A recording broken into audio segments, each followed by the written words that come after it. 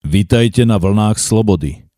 Počúvate rádio Naše Slovensko. Milí poslucháči, som rada, že vás opätovne môžem privítať na vlnách slobody Rádia Naše Slovensko. Moje meno je Simona Domová a dnes vás budem sprevádzať tým najzaujímavejším, čo týždeň dal. Počuť sa budeme pravidelne každý pondelok od 17:30 do 18:00. Naše spravodajstvo začneme domácou scénou, kde sa spoločne obzrieme, kam kráča naše milované Slovensko. Určite ste zaregistrovali záplavu prezidentských kandidátov, ktorí na vás vyskakujú už naozaj z každého rohu.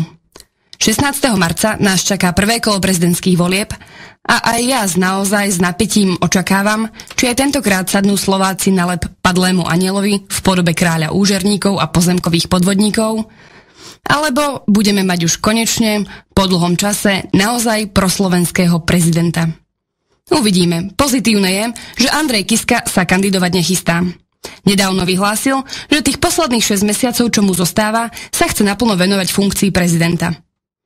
Otázkou ostáva, čo robil doteraz, lebo, povedzme si úprimne, príjmanie kôz v prezidentskom paláci zrovna prezidentské nie je. Inak všimli ste si, že je nejako podozrivo ticho ohľadne nášho kariérneho diplomata Lajčáka? Pamätáte si, podal demisiu, potom znovu už nechcel podať demisiu a stále je tam, kde je a môže ďalej robiť zle.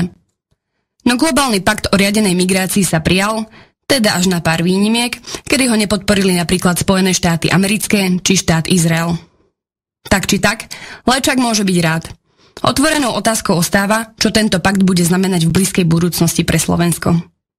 Veď aj do Humenného tvrdili, že neprídu migranti, no a po komunálnych voľbách ich tam aj tak šupli. A koľkých nevieme a pomaly sa to nabaľuje. Za zmienku pri tomto kariérnom diplomatovi stojí ešte vyjadrenie ohľadne prezidentských volieb, kedy sa vyjadril, že nevie, čo by ho presvedčilo kandidovať, ale že cíti dôveru ľudí, ale naďalej má silný pocit, že tým ľudia oceňujú prácu, ktorú vykonáva v oblasti zahraničnej politiky. No, ak teda Slováci oceňujú to, že tento človek, ktorý inak býva za veľkou mlákou, nám sem chce nasadiť tisíce cudzokrajníkov, tak to je naozaj hodné ocenenia, jediniak tak pri neoliberálnych voličoch Sasky. Prehľad slovenských štátnikov môžeme uzavrieť predsedom parlamentu a dokonca aj stále predsedom vraj Slovenskej národnej strany, kapitánom Andrejom Dankom. No tento politický nešťastník to mal v roku 2018 naozaj ťažké. Valilo sa to na neho zo všetkých strán. Napriek Dankovým sebavedomým vyhláseniam, že chce byť ako Viktor Orbán, pre mnohých Slovákov ostáva tento kapitán naďalej len symbolom politickej hlúposti, farizejstva a zrady.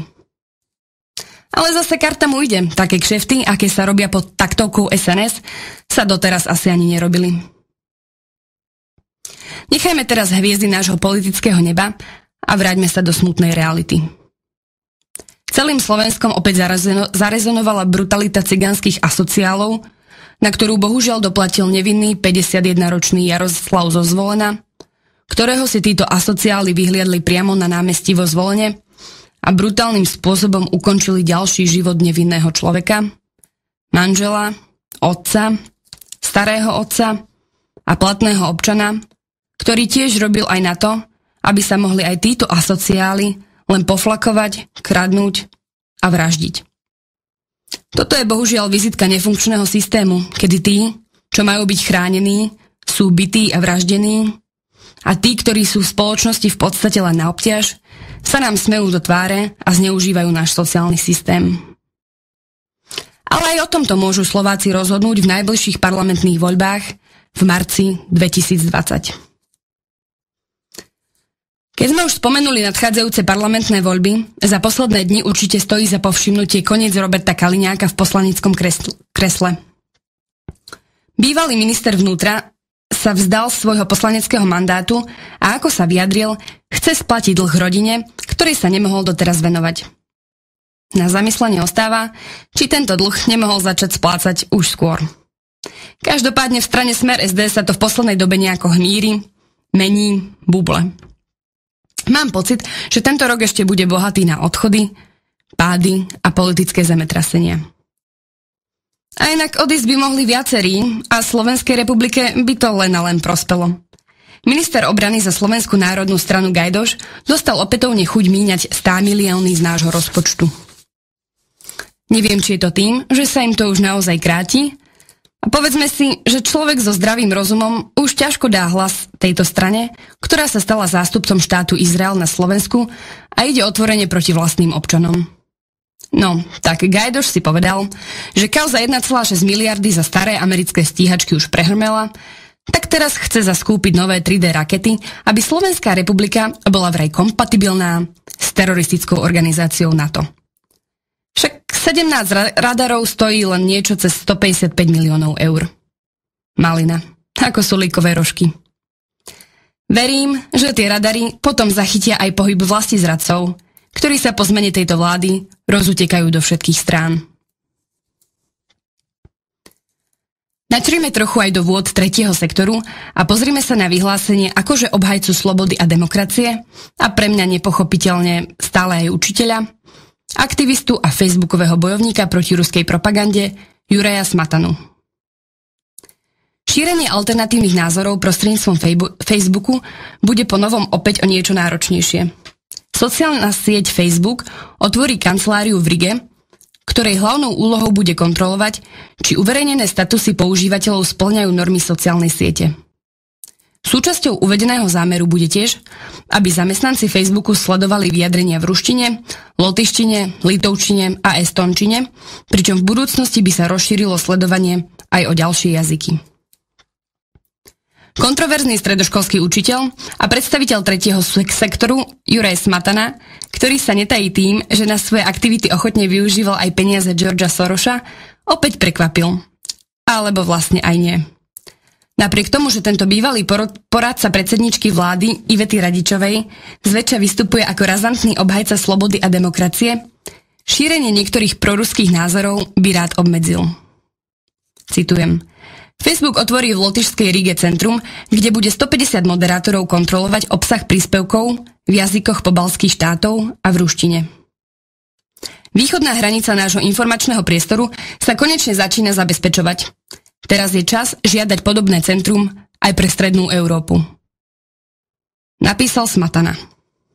No čo dodať?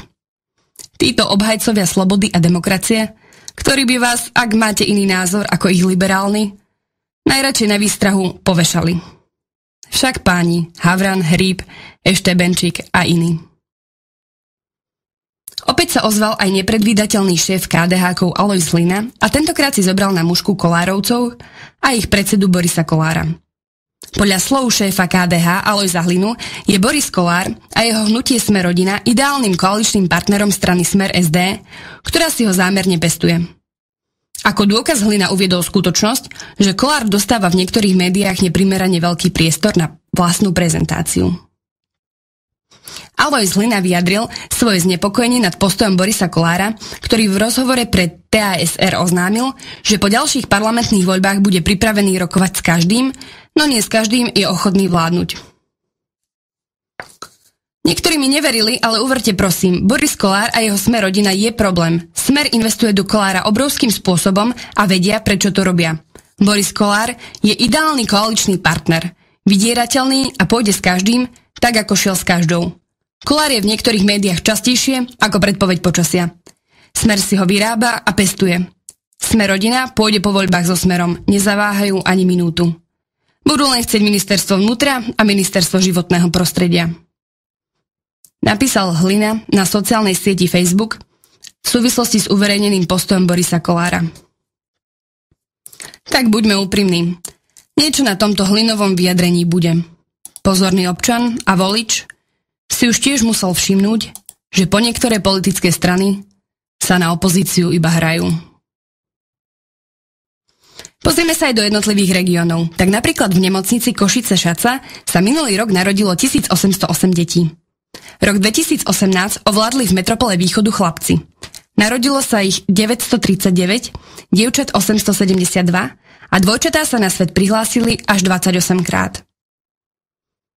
Zima sa nám naplno prejavuje hlavne na severe krajiny, kedy v niektorých okresoch bola kvôli nadmieru bohatej nádielke snehu vyhlásená mimoriadna situácia. Tak sneh je fajn, no keď sa už nemôžeme dostať z domu alebo domov, je to už o niečo vážnejšie. Paradoxne v našom hlavnom meste napadne nie meter snehu, ale centimeter a je tam chaos na chaos.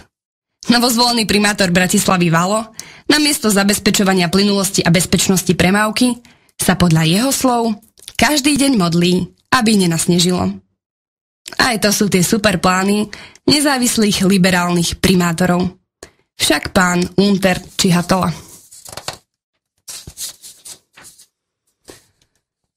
Pri tomto krásnom počasí ešte ostaneme a upozorňujeme poslucháčov na veľké lavinové nebezpečenstvo v Tatrách aj v Malej Fatre, kde je vyhlásený až 4. stupeň z 5. A to už nie je žiadna sranda. Tak naozaj odporúčame dodržiavať pokyny horských záchranných stredísk.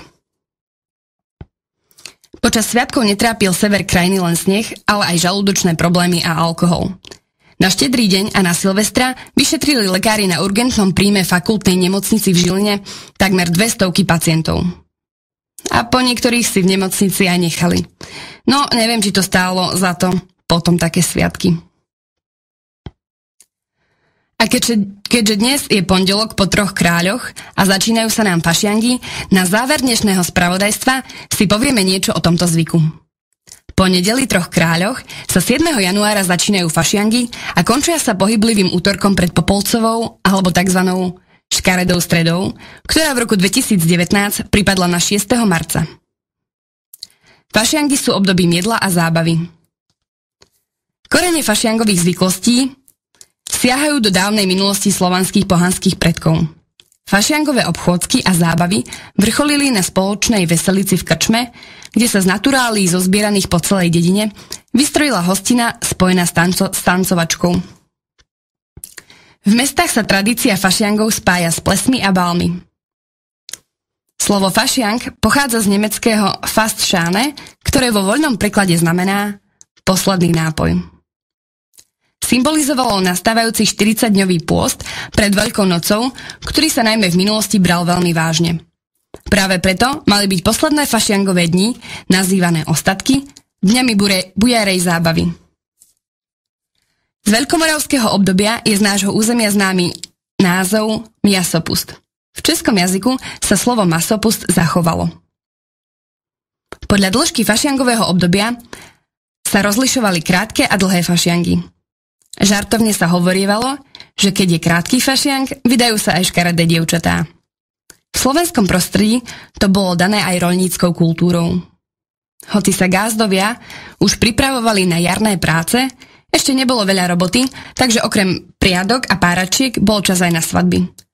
Trvali dlhšie ako dnes a išlo o slávnosť nielen rodiny, ale celej dediny. Fašiangy poznáme z územia stredoeurópskeho priestoru a najmä z nášho, ešte v predkresťanskom kontexte. Boli to obchôdzky slúžiace na privolanie jary rôznymi magickými spôsobmi. Toto obdobie poznali aj východní Slovania, u ktorých sa slávili v podobe maslanice. Samotný názov hovorí, že to bolo obdobie bohaté na kalorické jedlá. Naši predkovia žili a stravovali sa veľmi striedmo, ale počas fašiangov pred pôstom zvyčajne jedli do sítosti. Medzi tradičné jedlá sa radili fánky, šišky, pampúchy, záviny a zabíjačkové špeciality. Inú formu získali fašiangy po prijatí kresťanstva. To, čo z nich ako fragment zostalo, boli obchôdzky v maskách. V súčasnosti ide skôr o zábavu, ale v minulosti mali masky rituálny význam. Tie fašiangové boli najmä zvieracie a vyzerali strašidelne. Čím strašidelnejšia maska, tým väčšiu moc jej pripisovali a ľudia verili, že démoni a zlí duchovia sa vyplašia a nebudú ich obťažovať. V niektorých slovenských regiónoch sa dodnes konajú fašiangové sprievody so zamaskovanými účastníkmi. Kedysi nesmel chýbať túroň, medveď či vlk. V prvej polovici 20. storočia k maskám pribudol aj vojak so šabľou a práve na túto šabľu napichovali gazdené potravinové podarunky. Každá obec mala vlastné tradičné vinšovačky a masky na dvore domu nikdy nezabudli domácich vyzvrtať. V sprievode nechýbal ani ľudový zabávač. Fašiangové obchôdzky a zábavy vrcholili na spoločnej veselici v krčme, kde sa z naturálí zozbieraných po celej dedine vystrojila hostina spojená s tancovačkou a o polnoci sa pochovávala basa. Akt pochovávania basy symbolizoval, že hudobné nástroje zmolknú, zábava sa končí, nastáva obdobie pôstu a ľudia sa majú ponoriť viacej do seba. Domáce spravodajstvo sme ukončili a nasleduje hudobná prestávka. Vítajte na vlnách slobody. Počúvate rádio Naše Slovensko. Tak teraz hoďme okom aj do zahraničia a povedzme si pár správ, ktoré sa v štandardných médiách nedozviete. Prvou správou nepôjdeme ďaleko. Rusko dokončilo stavbu bariéry oddeľujúcej ním anektovaný Krymský poloostrov od Ukrajiny. Oznámilo to v piatok rádio Slobodná Európa s odvolaním sa na správy ruských médií. Podľa vyhlásenia krymskej pobočky Ruskej federálnej bezpečnostnej služby boli na úseku Perekopskej šie dokončené konštrukčné a technické komplexy. Majú zabrániť sabotážnym aktivitám a pokusom zločineckých skupín o pašovanie zbraní, munície, tabaku, benzínu a drog. A ďalších komodít. Ja sa tým Rusom ani nedivím, však po výzvach amerických či ukrajinských predstaviteľov a médií na zbombardovanie mosta spájajúceho Krym s Ruskom je to asi najlogickejší krok. Teraz sa presunieme na ďaleký vysnívaný západ, kde si ten zlý Trump robí naozaj čo chce. Najnovšie americký prezident pohrozil, že ak Kongres neposkytne prostriedky na dostavbu múra na hraniciach USA s Mexikom, bude nútený nechať južnú hranicu Spojených štátov zatvoriť. Ako sa nechal počuť? Budem nútený úplne zavrieť južnú hranicu, ak nám obštruknícki demokrati nedajú peniaze na dokončenie múra a nezmenia nezmyselné prisťahovalecké zákony, s ktorými naša krajina zápasí. Nechce sa mi ani veriť, že tu bol taký kongres a prezident, ktorý také niečo schválil. Napísal v piatok na Twitteri Trump. Vidíte, pokiaľ USA a Izrael nechcú migrantov, je to v poriadku. Pokiaľ ich nechceme my, tak sme podľa našich liberálnych médií egoisti, šovinisti a neviem čo ešte. Ešte, že si Orbán nenechal kecať do svojho múru a postavil si ho. Čo sa týka problému s imigrantami, horúco začína byť aj u našich susedov Čechov, kedy začínajú pribúdať prípady, keď sa dospelí zadržaní utečenci vydávajú za neplnoletých. Väčšinou nemajú doklady a cudzinecká polícia má problém určiť ich vek. Dôvod to má jediný. Migranti sa namiesto do utečeneckých centier chcú dostať do špecializovaného detského domova. Ten má voľnejší režim a oni tak majú väčšiu šancu na útek. Píše na svojej webovej stránke televízia Nova. Veď prečo by aj nešpekulovali, keď je v každej krajine, kde prídu, plná kopa vítačov a neziskoviek, ktoré sa ochotne postavia za ich akože práva. Keby úrady oklamal občan tej ktorej krajiny, tak by mu naparili pokutu, poprípadne by išiel sedieť. No, vďaka neziskovkám tí vyvolení, teda ekonomickí migranti, dostanú za to ešte zaplatené a ty občan, buď ticho a odvádzaj dane. Čo sa týka imigrantov, v Nemecku to majú podstatne horšie ako povedzme v Čechách. Pred pár dňami tam vyšiel prieskum, kde viac než 1/3, konkrétne 38% Nemcov, by chcela, aby Angelu Merkelovú ešte predtým, než sa v roku 2021 skončí jej funkčné obdobie, vystriedal v úrade spolkovej kancelárky niekto iný. Ja sa len divím, že to nie je 99% a že sa nad touto možnosťou nezačali Nemci zamýšľať podstatne skôr. Možno by z Nemecka ešte čosi ostalo. Určite veľa z vás zachytáva čoraz častejšie útoky na Ruskú federáciu ohľadne ovplyvňovania pomaly už čohokoľvek, aj zlej nálady vášho partnera. Podstatné je, že sa to hneď dostane do všetkých médií a rozmazáva sa to do absolútna. Keď ale Rusi zadržia v Moskve amerického špiona, tak o tom sa už ako si zabudne informovať. Veď na čo aj? Narušilo by to obraz zlého Ruska a toho dokonalého západu. Ruská federálna bezpečnostná služba zadržala v Moskve občana USA Paula Velena pre podozrenie zo špionáže. V pondelok o tom informovalo stredisko FBS pre vzťahy s verejnosťou. Príslušníci Ruskej federálnej bezpečnostnej služby zadržali 28. decembra 2018 v Moskve občana Spojených štátov Paula Velena pri špionážnej misii. uviedlo stredisko, ktoré citovali tlačové agentúry TASS a AFP. Proti americkému občanovi sa začalo vyšetrovanie pre trestný čin špionáže. Ak ho uznajú za vinného, hrozí mu 10 až 20 rokov väzenia. Však padni komu padni, len ako si zabúdajú tie naše transparentné médiá informovať o prípadoch z tejto opačnej strany. S pozemkami nemá problém len prezident Kiska, ale aj Palestínčan amerického pôvodu, ktorý dostal doživotie za predaj pôdy Židom. No rozdiel tu je, však Kiska stále sedí v prezidentskom kresle. Na trest doživotného väzenia a ťažkých prác odsúdili v predjordánskom meste Ramallah Američana palestínskeho pôvodu, ktorý bol uznaný za vinného z predaja pozemkov v Jeruzalemskom starom meste izraelským Židom. Informovala o tom v pondelok agentúra DPA. Súd uznal muža za vinného z porušenia zákona platného od roku 1960, podľa ktorého je zakázané predávať pozemky cudziemu štátu. Za porušenie tohto zákona môže súd podľa palestínskeho práva vyniesť nad páchateľom rozsudok smrti. Palestínsky prezident Mahmúd Abbas však trest smrti nikdy neratifikoval. Neviem, či si pamätáte, Izrael obsadil arabský východný Jeruzalém počas 6-dňovej vojny v roku 1967 a neskôr ho anektoval, ale tento krok medzinárodné spoločenstvo nikdy neuznalo. Izrael pokladá celý Jeruzalém za svoje hlavné mesto, kým Palestínčania chcú, aby sa východný Jeruzalém stal metropolou ich budúceho štátu. No ale dosť už, veď sa prijal Dankov zákon na ochranu Židov a Izraela, a tým pádom ich nemôžeme kritizovať. A vlastne, hádam si, nemyslíte, že Izrael obsadil cudzie územie, ktoré mu nikdy nepatrilo z nejakého zlého úmyslu. To robí len Rusko. Či? Inak všimli ste si, že sú dva štáty, ktoré chcú hovoriť ostatným štátom do všetkého, ale sami odmietajú akékoľvek pakty, dohody, spoločenstva, čokoľvek, čo by mohlo narušiť suverenitu týchto dvoch najdemokratickejších štátov? Áno. Ide o Spojené štáty americké a ich najväčšieho kamoša Izrael. Najnovšie Spojené štáty americké a Izrael vystúpili v pondelok o polnoci z Organizácie Spojených národov pre vzdelávanie, vedu a kultúru UNESCO. Informovala o tom agentúra AP. Organizácia podľa oboch týchto krajín prechováva zaujatý postoj voči Izraelu.